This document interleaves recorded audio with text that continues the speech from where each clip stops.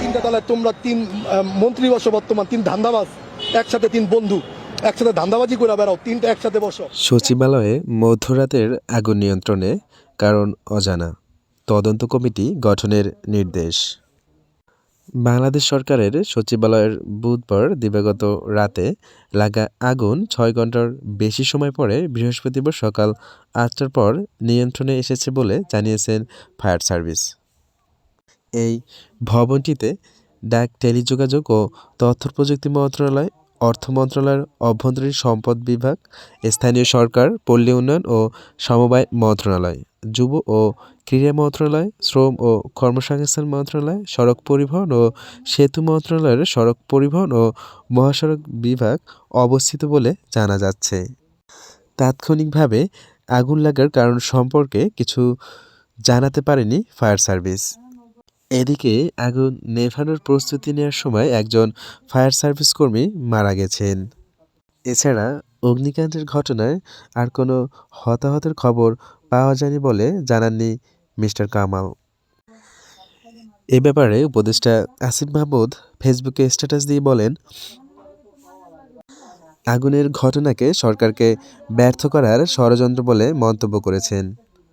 আগুনে পোড়া ৭ নম্বর ভবনেই তার মন্ত্রণালয়।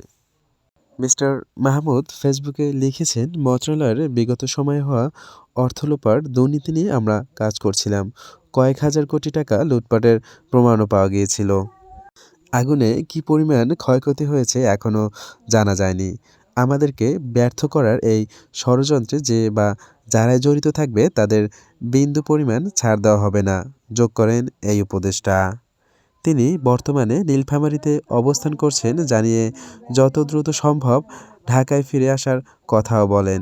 এদিকে সকালে আগুন নিয়ন্ত্রণে আসার পর সচিবালয় পরিদর্শন করেন স্বরাষ্ট্র উপদেষ্টা লেফটেন্যান্ট জেনারেল অবসরপ্রাপ্ত জাহাঙ্গীর আলম চৌধুরী এবং গৃহায়ন ও গণপূর্ত উপদেষ্টা আদিলুর রহমান খান। পরে সাংবাদিকদের ব্রিফ করেন স্বরাষ্ট্র উপদেষ্টা। এই ঘটনাকে নাশকতা মনে করছেন কিনা সাংবাদিকদের এমন প্রশ্নে উপদেষ্টা বলেন, এ আগুনের ঘটনাটি ষড়যন্ত্রের অংশ কিনা কিংবা এর পেছনে নাশকতা আছে কিনা তা তদন্তের পর বলা যাবে। এজন্য একটি উচ্চ ক্ষমতাসম্পন্ন তদন্ত কমিটি গঠনের নির্দেশ দেওয়া হয়েছে। তিনি বলেন, ৬ তলা থেকে আগুনের সূত্রপাত, এরপর আগুন ওপরের দিকে যায়, দুর্ঘটনা যে কোনো জায়গায় হতে পারে বলেও মন্তব্য করেন মিস্টার চৌধুরী। আগুন লাগানোর সময় লাইভ করতে দেখা যায় সমন্বয়ক হাসিবুল ইসলামকে। তিনি আগুনের সম্পূর্ণ ভিডিওটি লাইভ করেন। যখন সেই ফায়ার সার্ভিসের কর্মী মারা যায় তখন তার পাশেও ছিলেন হাসিবুল ইসলাম। সন্দেহ তার দিকেই এমনই হয়, হাসিবুল ইসলামের সাথে এর যদি সম্পৃক্ততা থাকে তাহলে তাকে তারা নির্দেশ দেবে অন্যান্য উপদেষ্টারা।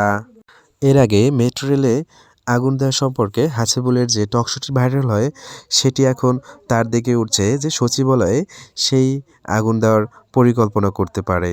যদি এরকমই হয় তাহলে হাসিবুলের কড়া শাস্তি হবে বলে জানিয়েছেন অন্যান্য উপদেষ্টারা। বিকাল ৫টা ৬টা বাজে, ৬টা পর্যন্ত সময় লাগে না, ১ ঘন্টায় সিসি ক্যামেরা টান দিলে বের হয়ে যায় কে আগুনটা লাগাইলো, কিভাবে এত বড় একটা আগুন